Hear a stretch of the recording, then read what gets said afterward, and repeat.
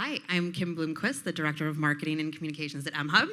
I'm so excited to have our first conversation of the morning with Zara Summers, who's the Chief Science Officer of LanzaTech.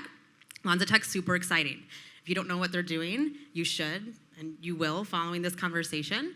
They're based in Skokie, Illinois. They've been around for about 18 years, and they're working on really impressive technology to decarbonize industry. So Zara, we're so excited to have you with us. I'm very excited to be here with all of you. And if you can just share a little bit about your background and your role as a place to get started. Yeah, no, great. So hi, everyone. I am a microbiologist. I am the Chief Science Officer at LanzaTech. We are a company that harnesses the power of bacteria at refinery level scale. So we take carbon emissions, reduced gases like carbon monoxide, carbon dioxide, and hydrogen. We push them through our very awesome, massive reactors, and we produce ethanol and hopefully in the near future other chemicals as well. So essentially we're taking emissions from heavy emitters like the steel, oil and gas industry, and we're turning that into fuels and chemicals. I know, that was for effect. But I think what's important is that we really feel like there's enough carbon above ground to make everything we need. And so I have a show and tell, if that's okay. Do it, yes. So I said we make ethanol, but our ethanol, so we can take that ethanol and we can make jet fuel. We actually have a company we've spun off that's called LanzaJet, and that takes ethanol through a catalytic process, no biology anymore in that, right? So you take ethanol to make jet fuel, so that's a path to sustainable aviation fuel. We've actually flown flights with Virgin Atlantic with that jet fuel made from bacterial ethanol. But we also, not just in the fuel sector, we work with a lot of companies. So imagine a world where you're marrying a steel mill and Gucci. We are that single point, like talk about the degrees of separation. So we have steel mill emissions going to ethanol, going directly into Gucci perfume. You can buy it right now. Our newest line, so we work with consumer brands and we connect them to these emitters. And so our newest line that just came out a week or two ago is with On Running. So we've made, from our ethanol, we've made EVA, which is the cushy part that saves your knees when you're running. But they have this new line of clothing out.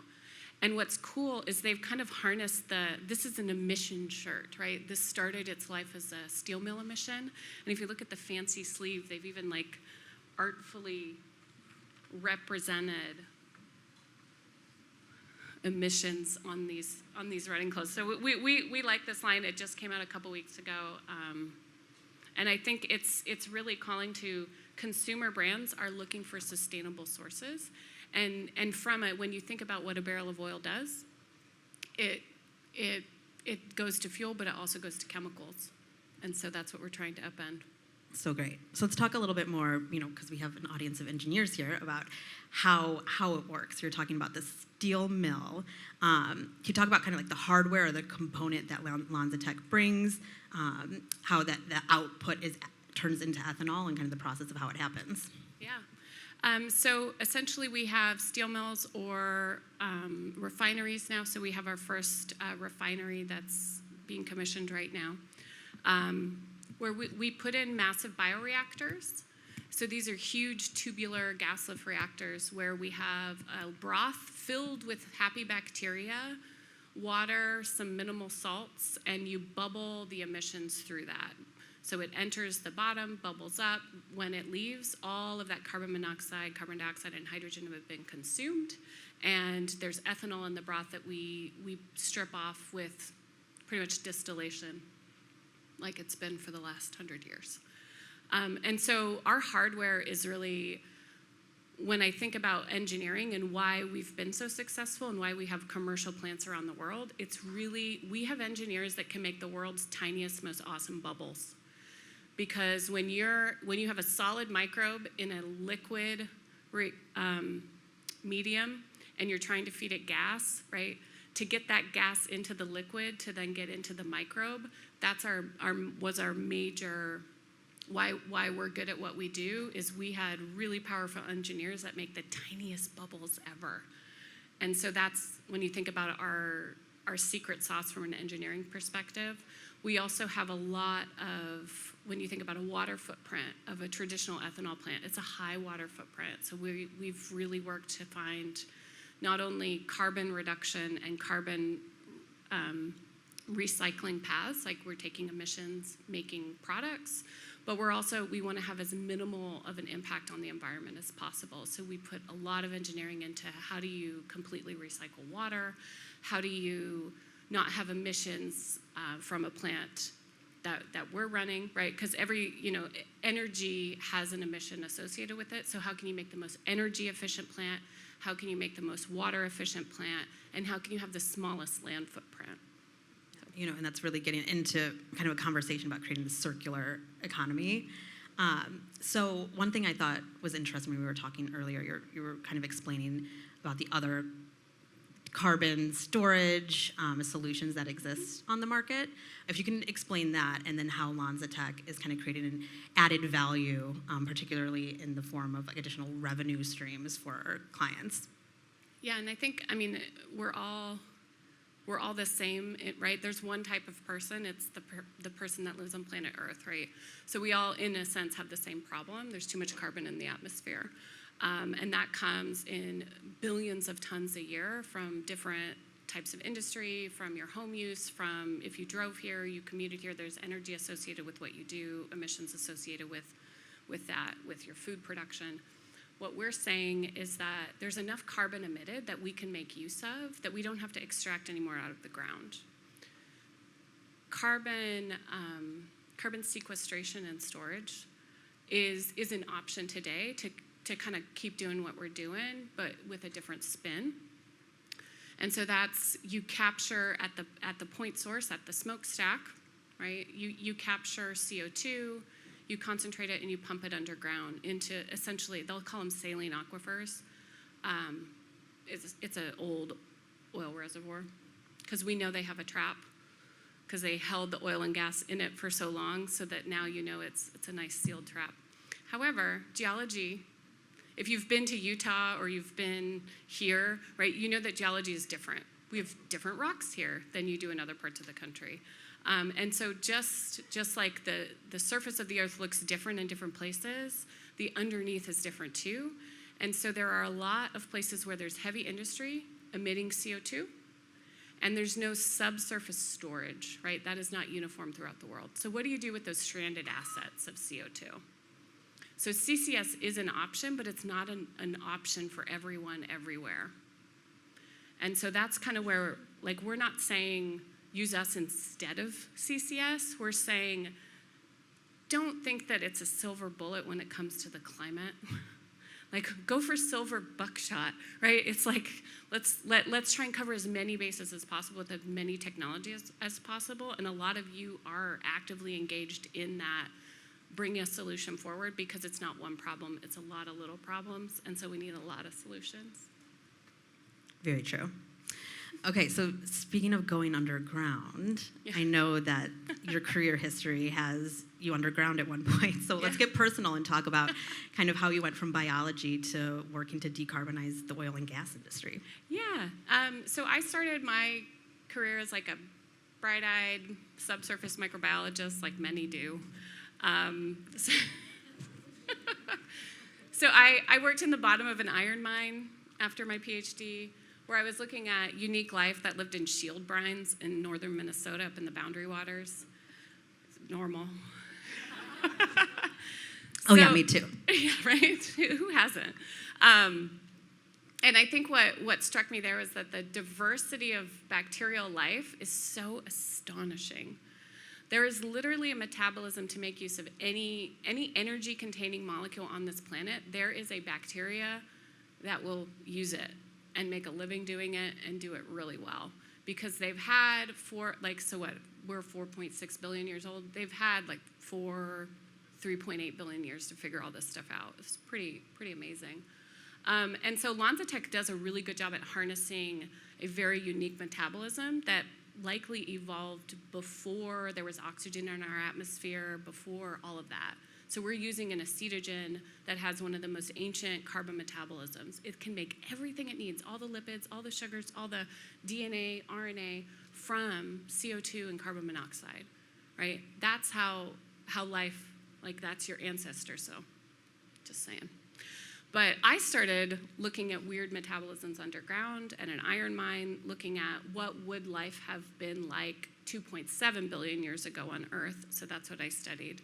I was picked up by ExxonMobil and asked to do bioprospecting of their global assets. So they had noticed that there were likely bacteria living underground in all of their oil and gas reservoirs. So I did a complete global assessment of all life underground. Why does that matter? Because a lot of that life had not been on the surface in millions and millions of years.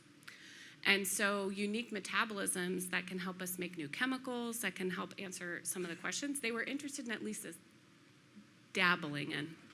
Ooh, that's right? Unexpected. we took a dark turn. We're talking about underground. We'll get that We're fixed. talking about oil and gas. But I think, but what we did there was then build up of what can biology do? What can biology do for the planet? What can biology do for oil and gas? Are there other options? And so I spent 10 years of my life building up a group, looking at biofuels, biochemicals, bioprospecting, swinging off of ropes onto oil platforms, helicopters, all sorts of very exciting field work. Yes, living in Grable, Wyoming for a couple months. Yeah. Very exciting. Yes, very exciting. Great. So what was it like then, going from like a legacy industry like ExxonMobil to now this agile, fast-paced LanzaTech? Yeah.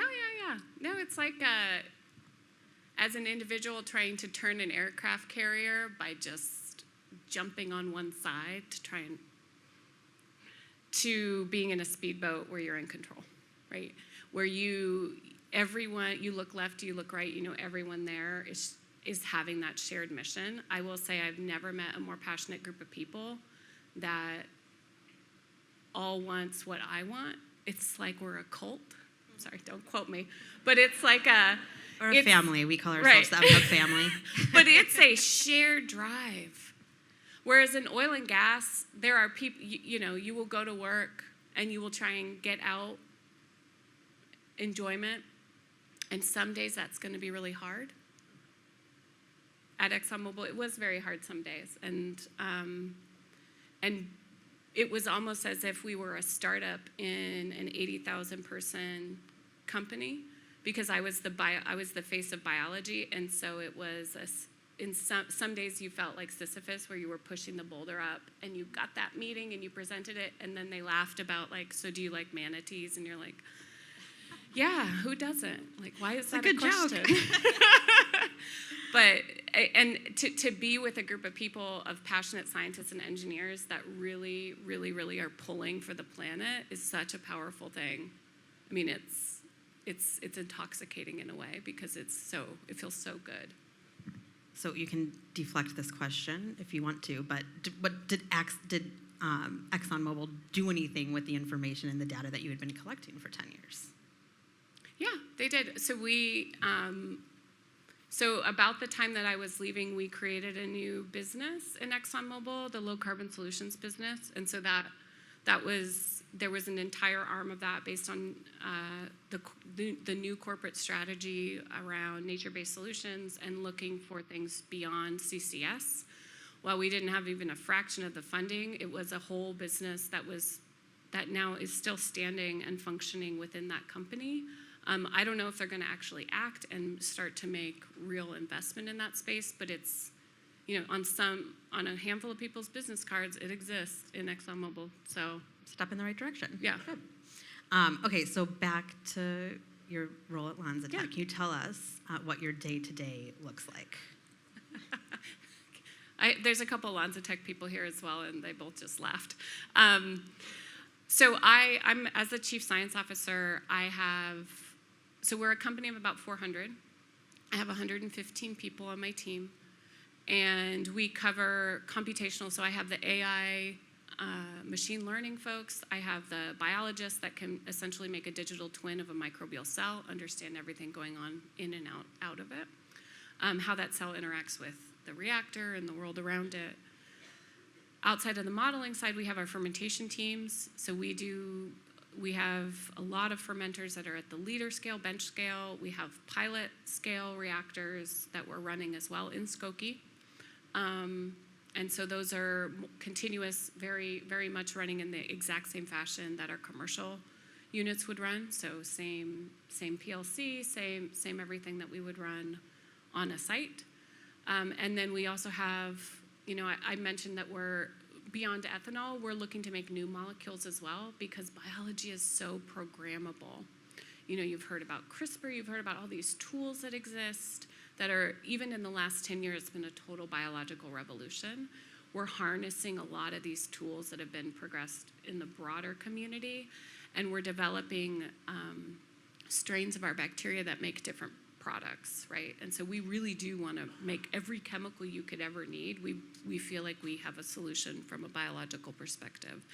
And so my day-to-day is going from a customer meeting, talking about a new molecule somebody wants to make because they have a sustainability pledge that they've made. So we are enabling people to make their net zero goals, to doing a lab clean lunch where I thank everyone for their service and we have career chats, to flying around the world to visit our sites. So hard hat days, we have hard hat days, we have business suit days, we have jeans days. It's really no 2 days are the same, but it's kind of fun. It's a lot of fun. So talking about clients, you mentioned flying around and going to client sites. In addition to oil and gas, or heavy users of oil and gas, what are the industries that you think are really ripe for adoption of LanzaTech technology? And when they're considering bringing you on board, what are the key pieces that are most important to them? I am most excited about garbage. I'll tell you this right now. Think about something that is really hard to deal with, right? Solid waste, unsorted municipal solid waste is where it's at, I'm telling you, because what else is going to use that? So we have some demo scale projects. We have a lot of discussions with municipal solid waste users. We've linked up Waste Management, the company that picks up your garbage, with Lululemon. Fun. Good combination. Right?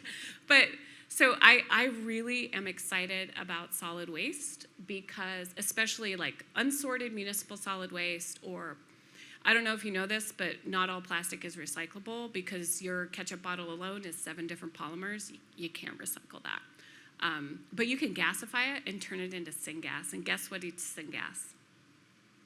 Us, or our microbes.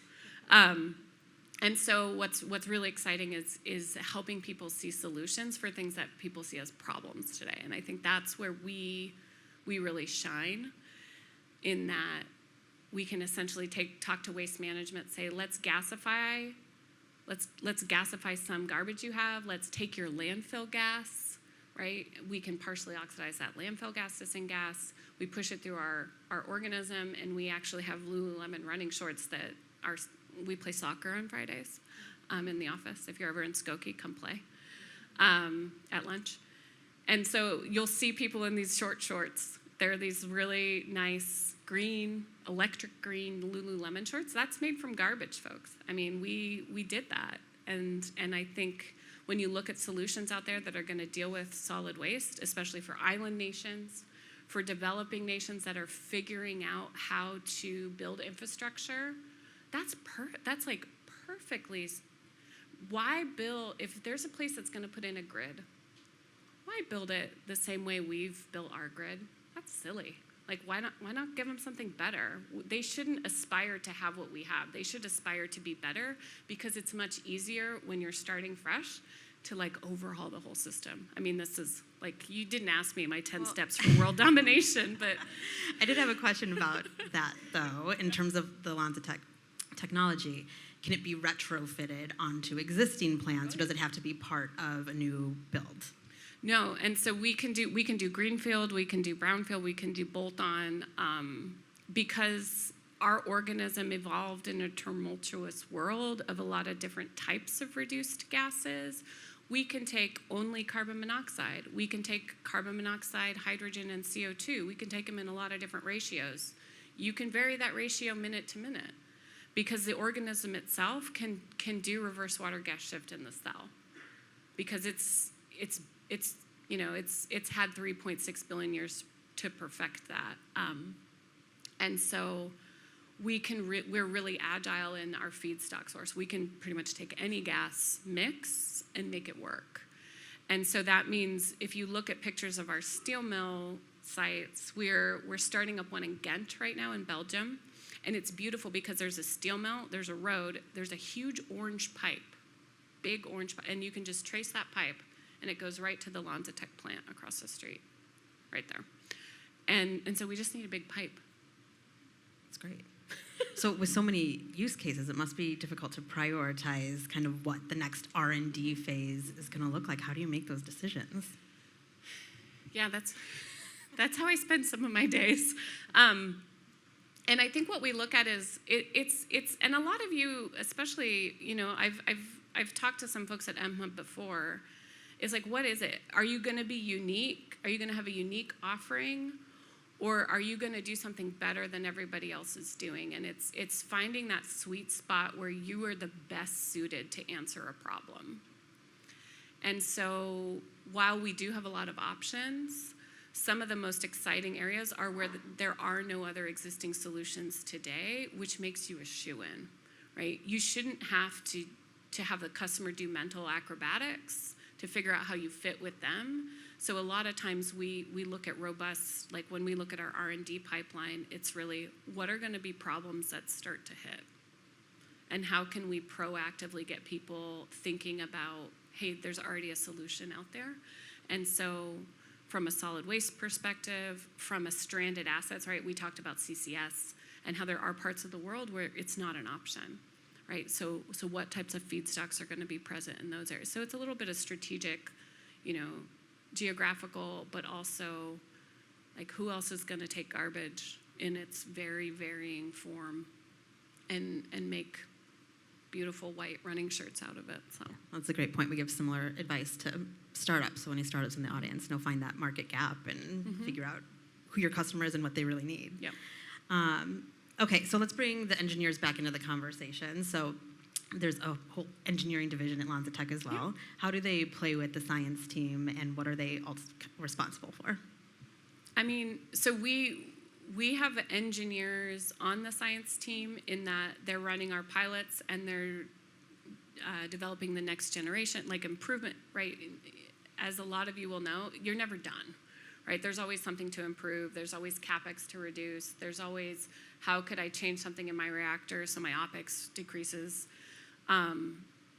And so what we do is we have engineers on our side, and then we have engineers deployed around the world, and then we have engineers that are working directly with customers on sites. And so we have to play really well because we have to understand what the customer is feeding to our engineering division and saying, hey, we need this reduced.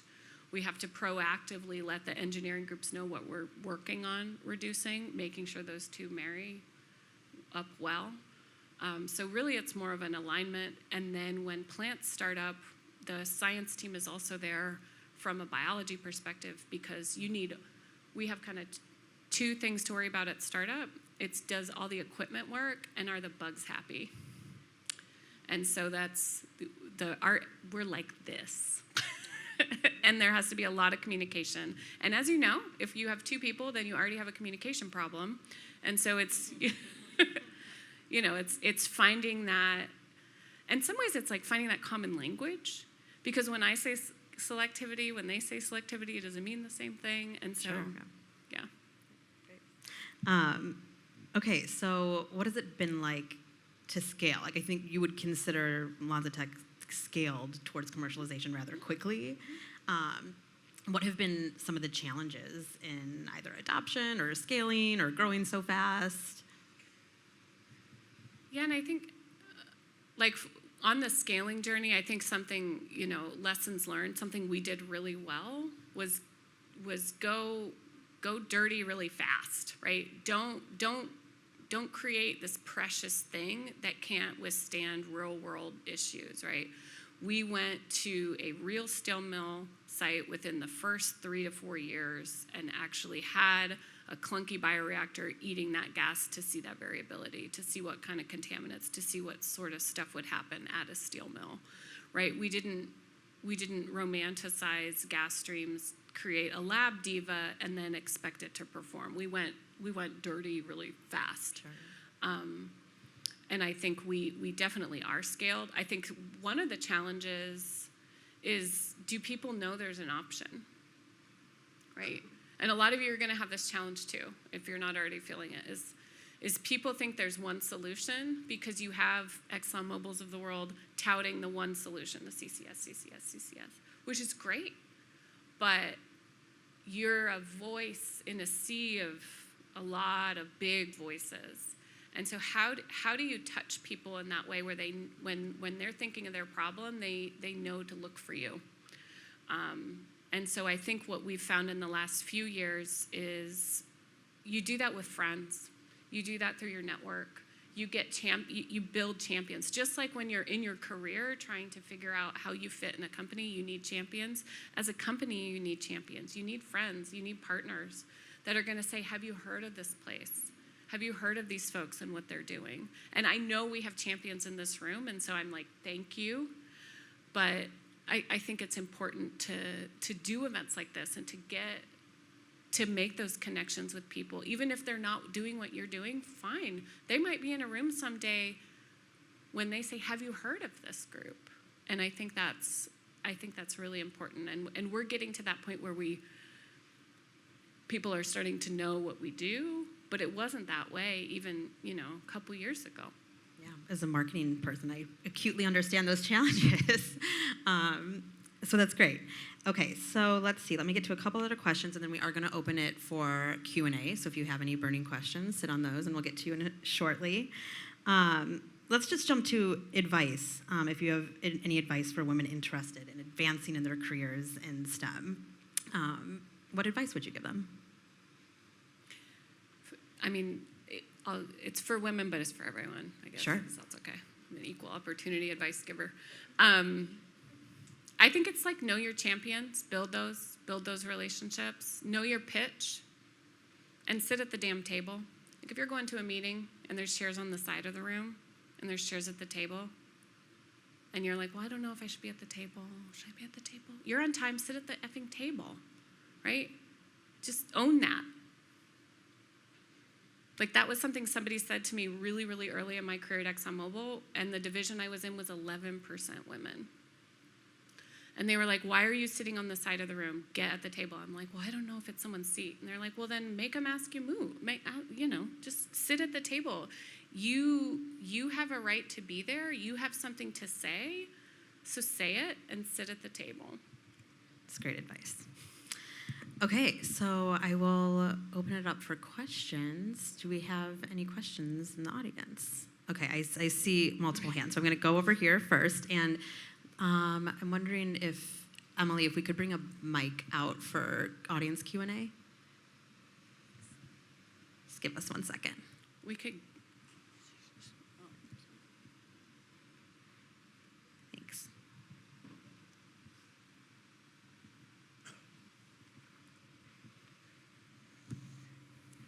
Okay, so can you please raise your hand?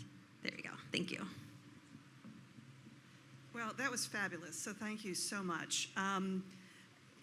There are other emissions beyond carbon that go out of a smokestack. So can you talk a little bit about the particulates? How does this clean the air? Does this have other environmental benefits? Also, and I don't expect you to have this answer, but as you've talked about all of the atmospheric carbon and all the carbon coming up, is there a way to equate this above-ground gaseous carbon with barrels of oil in the ground? In other words, if we thought about it as a giant oil well, would that change the perception? Yes. Okay, I can ask, but I'll speak to your second question first, because I do think that every carbon is precious, and we have to, like, sometimes I get like bristly when I hear decarbonization, because you're not going to decarbonize. Like, you're all wearing carbon, you eat carbon. We are carbon. You are carbon, right? And so it's not about decarbonization, it's about carbon management, right? And I think I think part of the problem is a perception problem. And the other part of the problem is the massive assets that the world holds and the massive amounts of CapEx that exist today to process that carbon. But we are very agile, and the CapEx that exists in oil and gas refineries is also agile. I know it doesn't seem it, but it's been there since the 40s. An FCC unit, a fluid cat cracker, you could feed pyrolysis oil into that. You could capture carbon with plants, and like we could get more creative. I mean, it would help to have policy that would drive that faster. I think that's what it's going to take. But I think we absolutely have enough carbon, and with direct air capture, you know, as we march down a road of affordable cost per ton when it comes to direct air capture, that's your point source. To your first question about particulates, we take the raw gas, do a gas cleanup step, and so we are cleaning up. Our organism also has a high sulfur requirement, so H2S and other things that are toxic, our organism uses as a nutrient source. So there are certain things where we can actually even double down a little bit on some of those other gases that come out, but we have a gas cleanup step, so we are concentrating on removing all of that as well. I think you're burying the lead of part of your story. I mean, which is? Yeah, I mean, so essentially, when you think about, I was just recently in DC talking about there's certain communities that live nearby refineries and others that are heavily impacted by the quality of life nearby some of these places, because sure, on a good day it's okay and it's safe. On a bad day, you blow catalyst fines all over that neighborhood, right? And on a medium day, there's still stuff landing on your car. Like, you go and you wipe, and there's something on your finger, and it's not pollen. And so I absolutely think that we do offer a solution for a better quality of life. So we increase the revenue from a plant, because instead of just emitting it, you're making a new product, but we do remove other environmental pollutants in the process. Thank you. Okay, let's move on to some other questions. All right, I saw you, sir. If we can move the mic over here, Emily, we'll just raise some hands. Oh, great. Thanks, Max. So I have two efficiency questions. So first, when you take the output of your process and create the garment, what portion of the garment comes from your process? And then when you run that process, what percentage of your product is consumed? And is there byproduct that comes off in that process of turning your output into the garment? I think I follow. Question one. Typically, it's about 25 to 30% of the carbon in one of these is going to be from our process, from carbon that our organism turned into ethanol. And then we take the ethanol to ethylene, and then we can make polyesters and other products. To your other point, and you might ask me why only a third? Because we need monoethylene glycol. And that's a big part of this.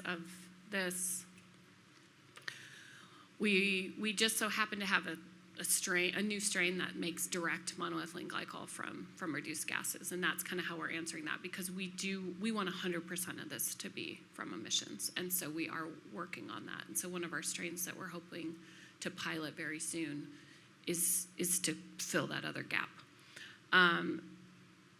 You're exactly right. Anything you do is going to require electricity, and so how you get the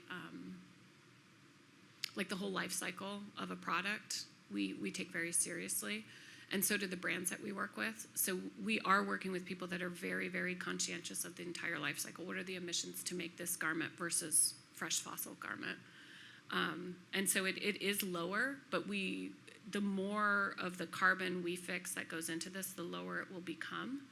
And we have a very dedicated life cycle analysis team that thinks of that. And so we would never make something that had a higher footprint than fossil, for example. That would not be a process we would pursue. And so I think that's actually great. I'm surprised. I thought you were going to tell me it was 2%. 25% is really fantastic. Yeah. Cool. Well, and soon it'll be more. All right, let's keep moving so we can get to a few more. Any other questions? Okay. Jessica? So sorry to be the buzzkill here, but what are the unforeseen consequences of introducing an engineered biologic into the environment? That's not a buzzkill. It's something we have to, like, as stewards of the earth and stewards of a process, we have to take very seriously. So a little bit about our organism to maybe help frame this is it's an anaerobe. So it's an organism that cannot really grow or does not use oxygen. So it's a fermentative organism. The benefit there is that any environmental release, unless you're pumping it deep, deep underground in an anoxic environment, it will instantly die. And so there are, and we've been working with others at the national labs and at the government level, because overall, more biology is going to come into your lives. Biomanufacturing is a major focus of this current administration, and they are setting up from a Department of Defense, Department of Energy, all departments are really having a keen focus on biomanufacturing right now. With that comes your exact question. What happens when you're tanking around organisms or a reactor falls over in a hurricane or something like, I don't know. There are kill switches we can put in that essentially, if X happens, take scissors and destroy your DNA. Because it's more so not the organism, but it's the genetic material that then could get taken up by other organisms. So there are strategies, and there will be policies, and there are policies, and will continue to be policies in order to get the right to do that. But I think it's actually quite well controlled because it's not an open pond. And how we ship organisms is they're freeze-dried, like your yeast packets. So in the absence of our environment, if that freeze-dried shipment were to fall off a truck and break open, they would never revive and perish. So our process is uniquely positioned to serve well, and everything that we do from a wastewater treatment is contained.